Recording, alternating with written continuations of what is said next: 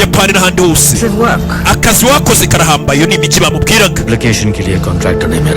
Menya ariko mushaka kuba akazi we mbakore nk'umukozi wanyu uhoraho.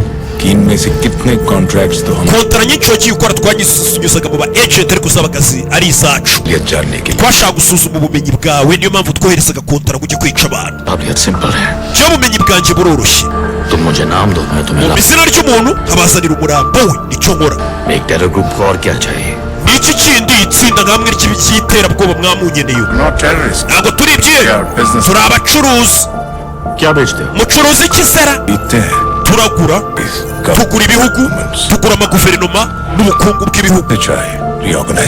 Twarangiza ibyo bihugu tukongera tukabyorganiza uko dushaka, tukabikoresha icyo dushaka.